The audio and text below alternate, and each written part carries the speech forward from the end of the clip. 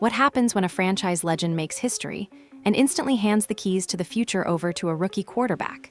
The record books will show that Myles Garrett broke the single-season sack record on a cold Sunday in Cleveland. But that's not what sent shockwaves through the NFL. Because right after that historic moment, right in the middle of the celebration, Garrett said something that completely flipped the narrative. And suddenly, nobody was talking about the record anymore. They were talking about Shadur Sanders, a rookie quarterback, 5 wins on the season. No headlines, no hype, until the very moment he stepped into the fire and delivered exactly when it mattered most. But what Myles Garrett said about him afterward, that's what sent the internet into a frenzy. Was it a compliment between teammates? Or was it something bigger? A public torch passing, a changing of the guard, a franchise legend placing his trust in the rookie no one thought was ready. This story isn't just about stats or wins or press conferences. It's about battles deeper than football. It's about spiritual warfare, locker room loyalty, and a rookie quarterback who turned his darkest moment into the beginning of something no one saw coming. So buckle up, because what happened after the final sack may have just cemented the next era of Cleveland Browns football. History was made at First Energy Stadium, but not in the way anyone expected. For weeks, Myles Garrett had been sitting at 22.5 sacks, locked in a stalemate with NFL history. He was just half a sack away from breaking the single-season record, a record that had haunted him through 3 grueling, frustrating, emotionally exhausting games. Teams weren't just game planning against him, they were dedicating entire offensive strategies just to survive him. Double teams, triple teams, chip blocks, tight ends staying in to protect. Quarterbacks getting the ball out in 2 seconds flat. Everything was designed to stop the monster wearing number 95, and for a while it worked. The headlines kept piling up. Has Garrett peaked? Will he choke the record away? Has he lost a step when it matters most? The noise built as every snap passed without that historic sack. Myles kept the pressure high, but opponents were playing scared. And sometimes, fear is enough to delay greatness. But Week 18 would be different. It was the final game of a lost season. The Browns were out of the playoffs. The air in the stadium was heavy, not just with expectation, not just with desperation, but with finality. This game felt like it would either cement Myles Garrett's legacy or confirm every doubt swirling around him. And for the first 3 quarters, it was more of the same. Garrett was everywhere, pressuring the quarterback, fighting through blocks, but he couldn't break through. The Bengals had clearly watched the tape. They threw everything at him. Joe Burrow barely held onto the ball longer than 2.5 seconds. Every snap was hurried. Every block was reinforced. No cracks in the armor. You could see it on Garrett's face. That slow, burning frustration. The kind that doesn't explode, but simmers. Quiet rage, determination masked by exhaustion. This wasn't supposed to be how the season ended, but champions don't fold under pressure. With just under 5 minutes left in regulation, the Bengals got greedy. Maybe they thought the game was already won. Maybe they assumed Garrett was gassed. Maybe they believed their left tackle could hold up in a one-on-one look. Whatever the reason, they made one fatal mistake. They gave Myles Garrett a clean rush. No help, no chip, no safety shading his side, just him and the man across from him, and he exploded. It was a blur. Garrett blew off the line like a sprinter in the 100-meter dash, caught the tackle leaning inside, and dipped the edge like he was gliding above the turf. In one motion, he wrapped Joe Burrow up and buried him in the backfield. 23 sacks. The record was his, pandemonium. You could feel the eruption. The stadium lost it. His teammates mobbed him on the field. Coaches were yelling, players jumping, defensive linemen, wide receivers, even guys who knew their year was probably over, rushed to him like he'd just won the Super Bowl. And in a way, he had. Because this record didn't just represent a personal milestone. It symbolized everything Myles Garrett had been to Cleveland since he was drafted. Through years of letdowns, through coaching changes, through losing seasons, through moments of controversy, he showed up, week after week, and gave the Browns a shot. And now, with the worst defense in the NFL on the other side of the ball, with almost no help, he set an NFL record. Let that sink in. Most pass rushers chasing sack records are doing it with help, staying on the field late in high-scoring games, with defenses teeing off as opponents are forced to pass. But Garrett? His team was almost always losing. Opponents were running out the clock. Most of the time, he didn't even get those extra looks. He broke the record with fewer pass rush opportunities than anyone chasing it before. That's not just domination. That's absurd. And yet, this still wasn't the story. Because just minutes later, while the stadium was still buzzing and the crowd was still chanting his name, Garrett stepped up to the microphone and shifted everything. When asked about what the record meant to him, what the moment felt like, his answer was humble, honest, and direct. "Man, it was everything I expected. It was so tough. I knew they were going to make it difficult, but I don't think I saw more than 3 singles on a reel drive the whole game. And I just knew that if I did, I have to make that moment count." But then, when the topic turned not to him, but to Shadur Sanders, the rookie quarterback who had just led the game-winning drive moments earlier, that's when Myles Garrett said something that shook the entire locker room. "Once we got in field goal range, I knew he was going to seal it. This is the moment he's been waiting for." Stop right there. He knew, not hoped, not prayed, not trusted the process. He knew the rookie was going to finish it, already, after a brutal season, on the lowest scoring offense in the league. With a quarterback many weren't even sure would survive behind that offensive line, that wasn't just belief, that was a passing of the torch. And in that moment, the NFL stopped talking about Garrett's record and started asking a far more important question. Is this the start of something bigger? While the crowd was still celebrating sack number 23, the game wasn't over. Yes, Garrett had made history, but the Browns were still trailing. This record-breaking, era-defining moment couldn't end in a loss, not on Garrett's night, not in his house. And as the camera cut from the defensive celebration back to the field, every eye turned to one person, Shadur Sanders, a rookie. Staring down a 2-minute drill, no timeouts, no safety net, and no one in the world expecting him to pull this off, except Myles Garrett, because while the media had been questioning whether Sanders was even salvageable, Garrett had already made his mind up. "I knew he was going to seal it," he said later, calm, confident, unshaken. But in that moment, under those stadium lights, none of us knew. All we knew was that this rookie had been battered all season. Questioned, benched, thrown into the fire with an offensive line that couldn't stop a light breeze. Rumors swirled for weeks that Cleveland was already eyeing his replacement. Some claimed he'd lost confidence. Others said the locker room wasn't sold on him.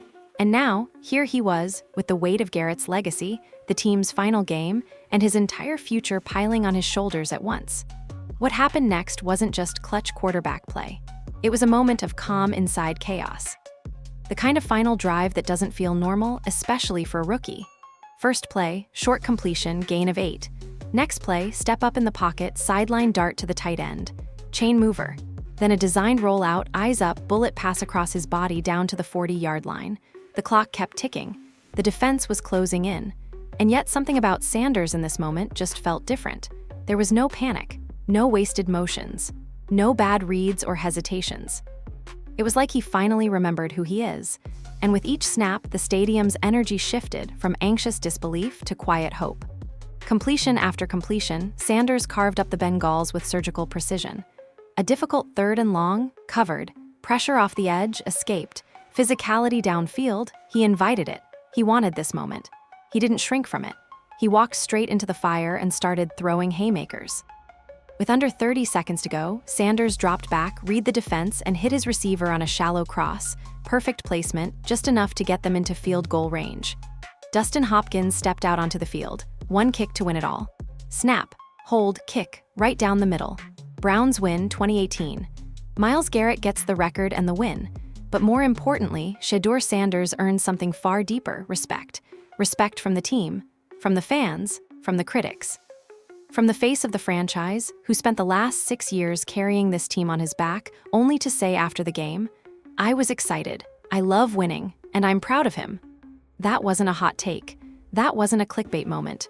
That was real. Think about it. In a league where veterans rarely publicly endorse rookies, where every compliment is calculated, Garrett didn't hold back.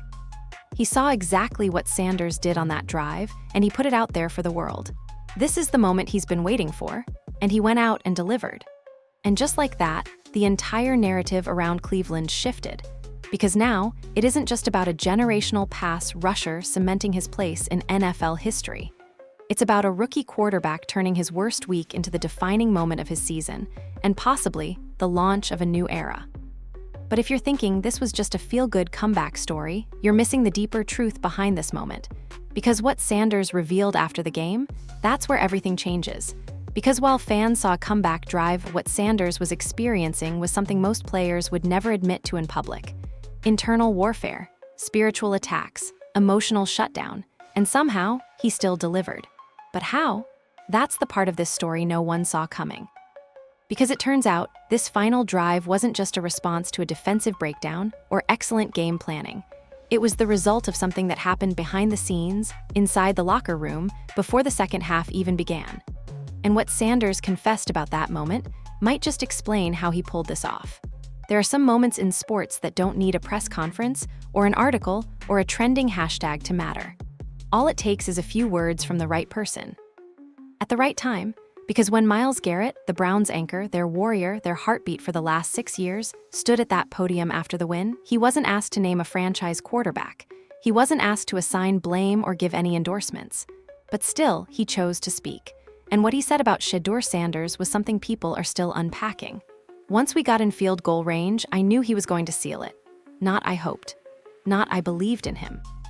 Not he showed potential. He said, I knew. That may not seem like much to an outsider. But for the Cleveland Browns, for a fan base that's endured 2 decades of quarterback chaos, broken promises, draft busts, and rebuilding excuses, those 5 words hit like thunder. Because that kind of trust, that's not handed out casually. Not from a defensive superstar who's seen quarterbacks come and go like training camp interns. Not from a legend who's shed blood, sweat, and loyalty for a team that's rarely rewarded him with anything but disappointment. Let's take a step back. Myles Garrett had just made history.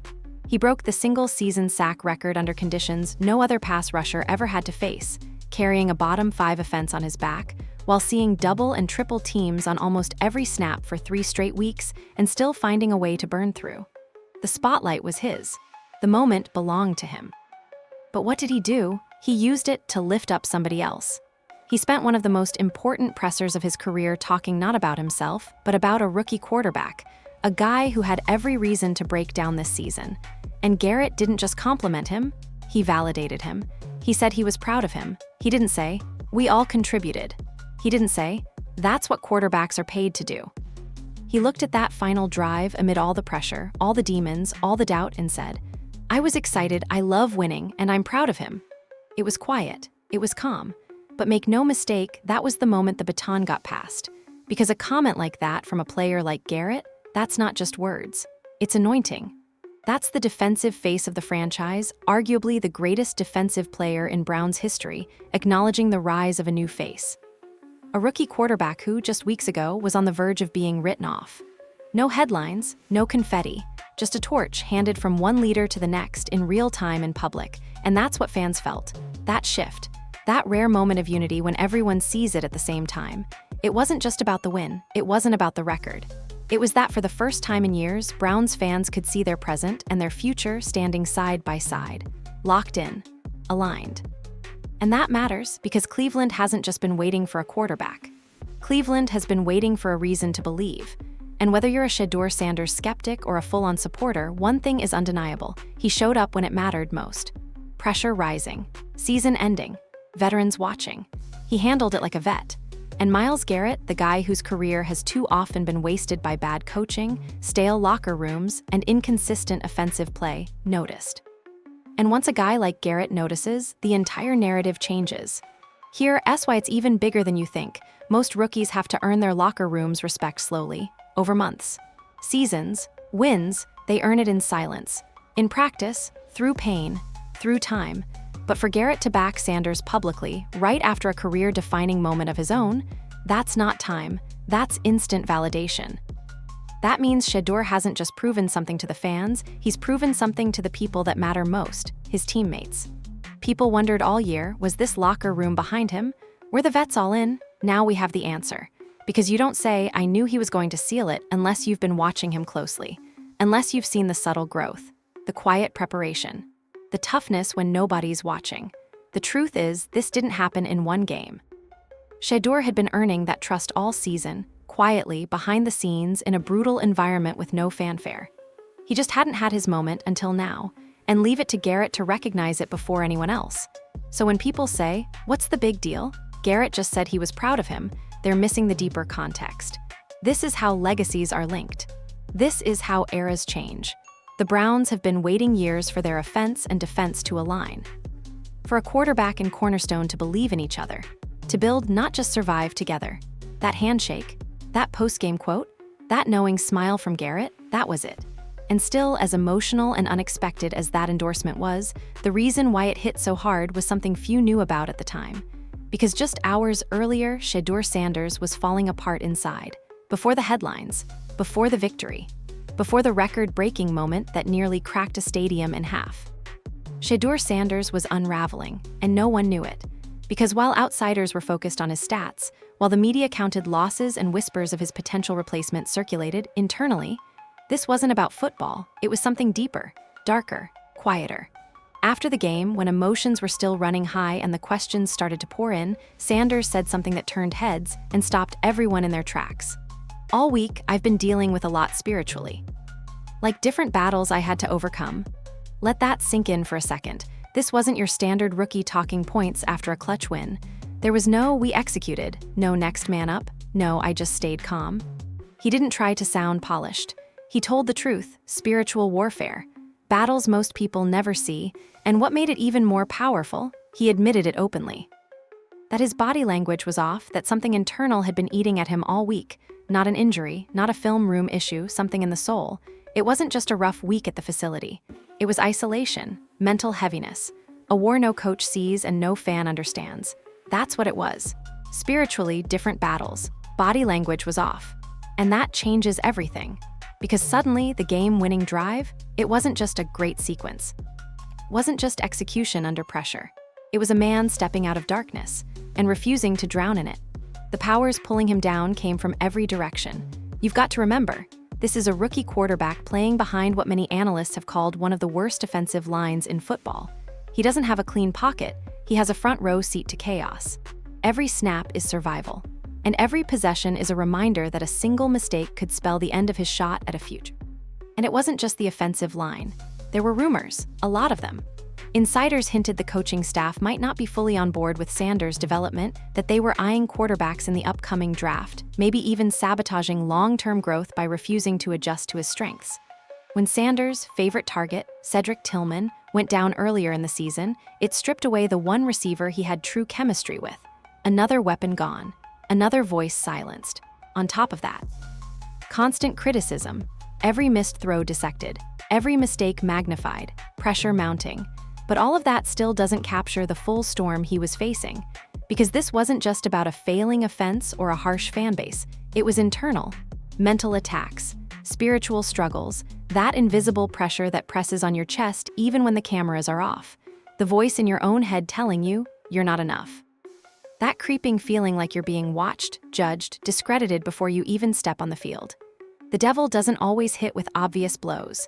Sometimes it comes through exhaustion, through doubt, through people smiling at you on camera but plotting your downfall behind the scenes. And then, with all of that spinning in his mind, Shedeur had to walk out onto the field, in front of tens of thousands of fans, and lead a final drive that could very well define whether Cleveland believes in him or moves on. Most players would have crumbled.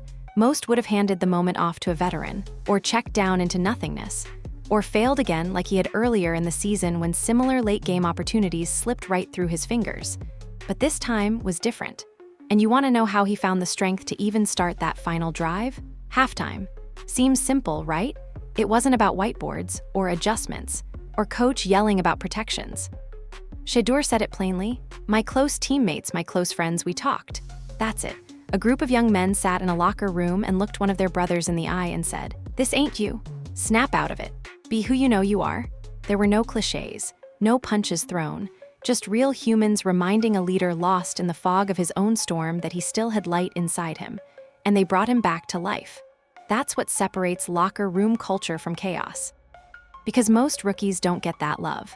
Most quarterbacks dealing with this much pressure and failure wouldn't even get that level of support. They'd be quietly isolated, left to implode while the world moved on. But Sanders, he had soldiers. Teammates who saw the fight wasn't about the game, it was about the shadows creeping in through the cracks of his confidence. And they shut it down, not with hype, but with truth. "Do you," they told him. "This ain't you right now. You know who you are." And when he walked back into that second half, something had changed. You could see it in his posture. You could hear it in the way he called plays. Something had clicked. Sanders said it himself. "We started getting our rhythm. We started being us. Today, we won different battles. We won mentally." That's the quote no one should overlook, because this wasn't just a mental win for Shadur Sanders. This was a cultural shift for the entire franchise, and the moment he found that clarity was the exact moment everything began to align. For most of the season, Shadur Sanders was alone in the spotlight, every camera fixed on him, every analyst slicing his stats apart, every post-game show comparing him to quarterbacks who were drafted higher, started faster, or played with more help around them. But what got lost in all the noise was everything happening behind closed doors. Because in those critical halftime moments, just after a flat first half where his body language was off and his throws weren't sharp, this team did something different. They didn't leave him to figure it out on his own. They didn't let the pressure suffocate him in silence. They didn't walk into their own positional rooms and ignore what their QB was going through. Instead, they walked up to him. We talked, close friends, close teammates, leaned in. That's how Shedeur described it. We talked. Simple words, massive impact, because that wasn't just a conversation. That was a rescue mission. These weren't coaches talking.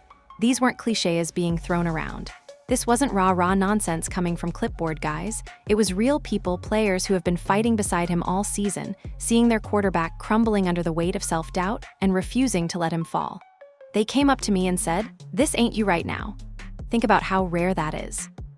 In an NFL locker room filled with contracts, pressure, cameras, injuries, and performance incentives, most guys are just trying to survive and stay off IR.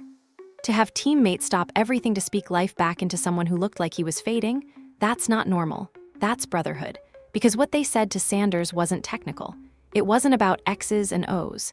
It was about identity. They reminded me who I was. Let that hang for a second. Because when you're in the pressure cooker, when every blog post reminds you of your mistakes, when you're playing behind a damaged defensive line, questioning whether the coaches trust you, hearing rumors about them drafting your replacement, sometimes you just forget who you are. Sometimes your mind convinces you, maybe they're right. Maybe I can't lead this team. And in those moments, you either break, or someone reminds you, no, you're built for this. The real you doesn't hide, the real you fights back. And that's what this team did for Shedeur. They didn't let their quarterback break, they race-centered him, and you saw the result immediately. The second half wasn't just cleaner, it was composed, sharp, focused, confident. Sanders said it with clarity. After halftime, we started getting back into our rhythm. We started being us. That line matters because it tells you this was never a solo mission. This wasn't just Shedeur's comeback. This was a locker room comeback. It was the defense stepping up. It was the O-line trying to hold long enough. It was playmakers cutting through coverage to give him open windows. It was everybody leaning in, not pulling away. And that's how winners are built. Because what defines a franchise over time isn't just raw talent. Every team in the league has talent. What separates contenders from chaos is what happens when things fall apart and how quickly people run toward each other instead of from each other. I think today we won mentally. He keeps coming back to that, and with good reason. This wasn't about putting up gaudy numbers. He threw for moderate yardage, made the right reads, protected the football. It wasn't flashy from a fantasy perspective. But mentally, it was a masterclass in mid-game reset. He admitted it earlier in the year. He failed in those final drive situations. He had let the pressure win. Turnovers, missed reads, bad decisions, moments where he shrank instead of stepping up.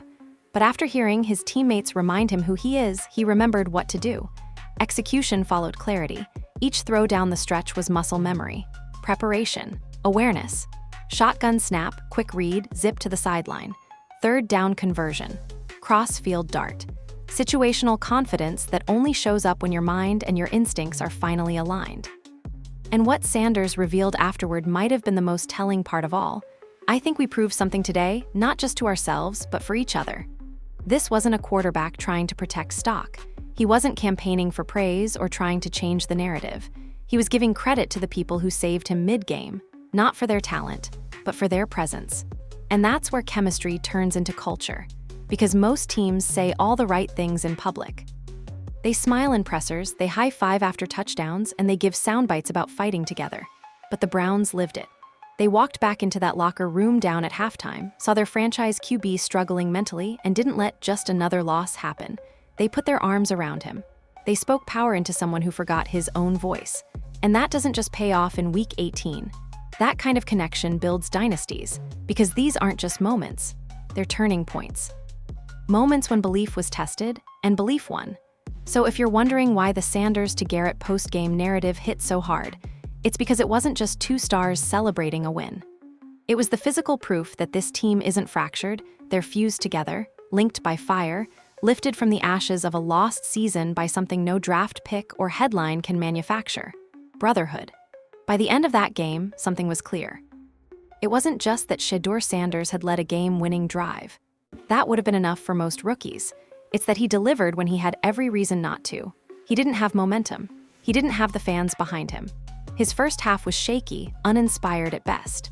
The spiritual darkness he told us about after the game, still hanging over him when he stepped onto the field with under 2 minutes left.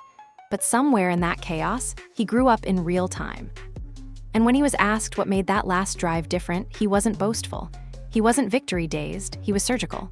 We got back to what we've been doing, honestly, just going through the keys and reads. That's the stuff I know like the back of my hand. That's what he said. Calm, controlled, confident. He didn't mention the crowd noise. He didn't gloat about silencing critics. He went straight to fundamentals, keys, reads, reps. When the moment got loud, he got quiet.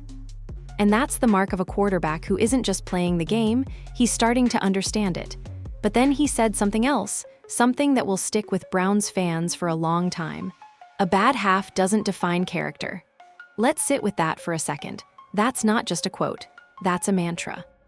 How many rookie quarterbacks in this league can fail on national TV, deal with spiritual and mental battles all week, drop a flat first half, and still step into a defining drive without flinching? Most don't bounce back. They spiral, they press, they implode. Shedeur didn't. And it's not because he magically got better at football mid-game. It's because somewhere in his soul, he realized this wasn't about one game. It was about who he chooses to be when everything's stacked against him. At this stage in his career, most quarterbacks are still chasing game speed, still memorizing playbooks, still trying to earn trust from teammates and coaches. But Sanders, he's already doing something most veterans struggle with. He's learning how to reset, how to detach from failure, how to silence the internal noise, ignore the floating doubts, and say, "That wasn't me. Let me show you who I really am." That's not quarterback DNA.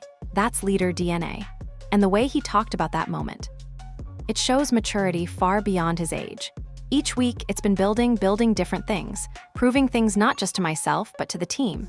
That's exactly what happened in Cleveland that afternoon. He didn't just win a game.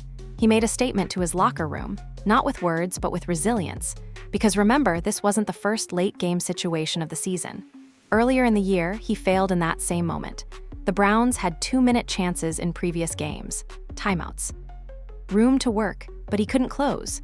Misreads, missed opportunities, stalled drives, all the things that make franchises go back to the whiteboard and ask themselves, do we have the right guy?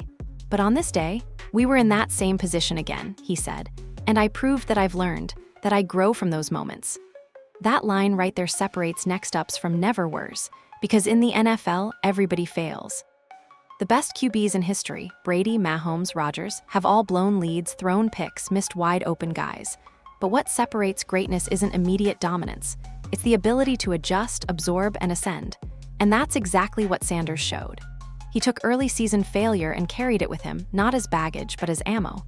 And when that same scenario came around again, when the lights got bright one last time before an off-season of uncertainty, he didn't panic. He produced. He showed his team and the league, I'm not just surviving this fire, I'm learning to dance in it.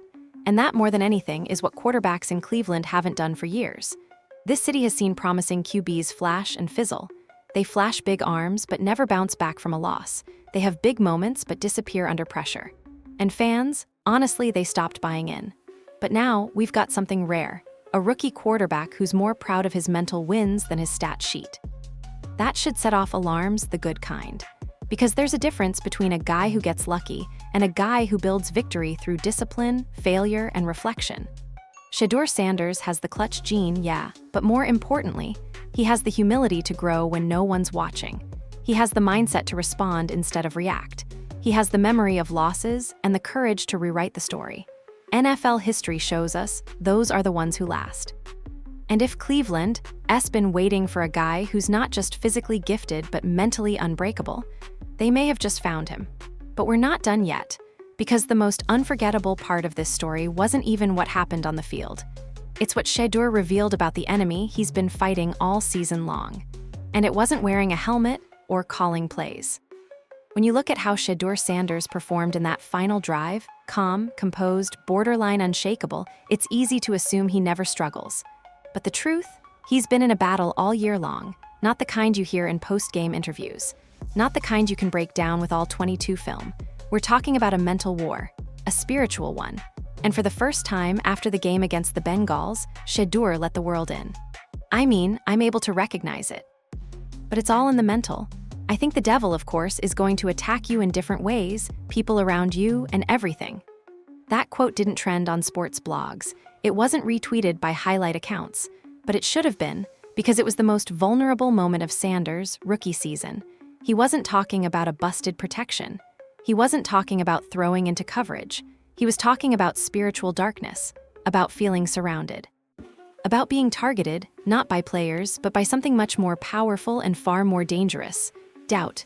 Let's unpack that. Think about everything he's had to carry. A franchise in rebuild mode, a leaky offensive line giving him little protection, a group of coaches reportedly hesitant to fully commit to him, the media and fans questioning whether he's good enough, the emotional roller coaster of being benched, then put back in, losing his top receiver, learning the NFL faster than most ever have to, and then on top of all that, he said, the devil attacks you in different ways. That's heavy.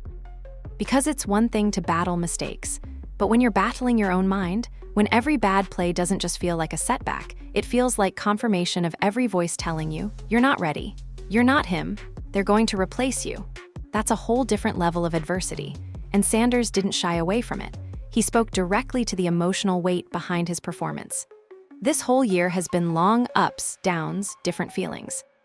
You've got to be able at some point in time to talk to people. That right there, that's wisdom. Because one of the biggest dangers in the NFL, especially for young quarterbacks, isn't the physical game. It's the mental isolation. You make a mistake and everyone's watching. You slump your shoulders and the camera zooms in. You struggle in a few games and the headlines start writing your obituary before Thanksgiving. It's not football anymore, it's survival. And the people you thought had your back. Some of them disappear. Or worse, stay close just enough to benefit if you lose your spot. That's what Shedeur was living in all season. And that's why what he said next is so important. That's when my guys came to life. That's when they talked to me. Like, bro, this ain't you. You need people to let you know who you are. Not who the media says you are, not what the stats say, not what the losses say or the trolls tweet, but who you are beneath the pressure, before the jersey, before the cameras. That's something most people don't get to in year one, but Sanders did. And when he said, you've got to create your own reality, that wasn't some vague motivational slogan. That was survival. Because for a rookie quarterback in a chaotic season, reality isn't just what happens on the scoreboard. It's what you believe about your identity, what you speak to yourself before a snap, what pain you carry into every outing, and how you build mental shelter in the middle of a storm. He admitted it clearly.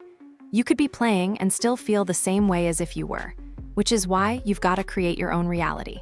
In other words, I can't wait for the world to tell me I'm doing okay. I have to tell myself and believe it even when no one else does. That's next level maturity. That's insulation in the NFL furnace, because the league doesn't slow down for you. It doesn't care that you're a rookie. It doesn't pause to let you process spiritual pain or emotional burnout. But you know what does help? People, not just family, not yes men, not agents texting praise after games, but real teammates, those who pull you aside and say, you forgot who you are, but I didn't. So until you remember, I'll carry that clarity for you. Shedeur said it plainly, people gotta remind you who you are. And that's exactly what happened at halftime. Why he looked like a different quarterback, why he got back in rhythm, why he didn't fold again under pressure. Because he stopped living in the reality the world tried to box him in and built one of his own. And that's what franchise quarterbacks do. They don't crumble in noise, they isolate the signal. They find belief when none is being offered. They keep going when momentum is strangling them. And when they lead through pain, other people start believing too. When the final whistle blew at First Energy Stadium, the score said 2018. No playoff implications. No division title clinched. Just a simple win on paper, the kind teams often forget by Monday morning. But this one meant everything. Because it wasn't just Myles Garrett breaking a record, and it wasn't just Shadur Sanders leading a clutch drive. It was the first time in years that Cleveland looked like a team with a future, a culture, A core, two cornerstones, one a confirmed superstar, the other a rising one. And they both showed in the same game why the rebuild might finally be over.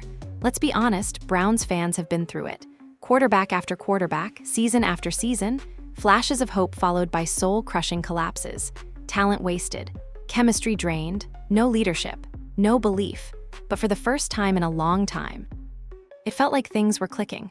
On the field, sure, a record, a comeback, a win, but off the field, in the speeches, the quotes, the locker room energy, it felt like something was actually being built. Let's recap what really went down here. Myles Garrett gets sacked 23 despite being double-teamed all game, despite playing on a team with the lowest time of possession in the league. When asked about it, he deflects the spotlight and directs it toward a rookie. He says, "I knew he was going to seal it." That's not a passing remark. That's legacy meets potential. That's a career-defining moment, becoming a launchpad for someone else. And on the other side of that quote, you've got a young quarterback who'd been crushed under expectations all season, played behind a broken offensive line, lost a top receiver, faced rumors of being replaced, benched, questioned, left hanging, and still. When the team needed him most, with a stadium buzzing off Garrett's moment, the season on the verge of ending in heartbreak, he locked in. And it wasn't just talent that got him there. It was emotional and spiritual strength in the face of darkness. He'd been carrying spiritual battles like baggage. He told us he was being attacked, mentally, emotionally, through people close to him. And still, he stood in the pocket and delivered. "We won mentally today," he said. That's not a throwaway line. That's the theme. That's the heart of this game. Because this win wasn't about stats. It was about culture. About a locker room that refused to let its trending down quarterback spiral into obscurity. About teammates who spoke truth into him at halftime. About veterans like Garrett who didn't just dominate the game, but took ownership of mentoring the next generation live on camera. You want a picture of a franchise turning a corner? This is it. Garrett, the established face of Cleveland, said, "I'm proud of him." Simple words, massive implications. That's trust, that's investment. That's a man who's seen every terrible version of this franchise saying, "This time feels different." And it should, because for years, Browns fans haven't wanted perfection.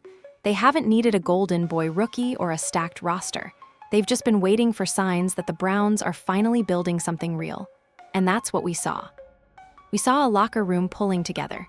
We saw a leader emerging through storms. We saw Garrett, the ultimate warrior, validating his quarterback mid-spotlight. We saw a team playing for each other, not just for pride, but for trust. And trust, that's the rarest currency in professional sports. Trust pulls you through losing seasons. Trust gets you back up after blown leads and broken bones. Trust, when it's built through fire, not through wins, becomes unbreakable. Make no mistake, this team still has a long way to go. They finished 5-12. There are glaring roster needs. Decisions must be made about coaching, scheme, and personnel. But the two things that you can't coach or manufacture, leadership and belief, they're here now. And if this game was the moment we saw that future begin to crystallize, then it's time we say it for what it is. The Shadur Sanders era has begun. No more wait and sees. No more maybe-ifs. No more wondering if the guy you're building around has what it takes between the ears.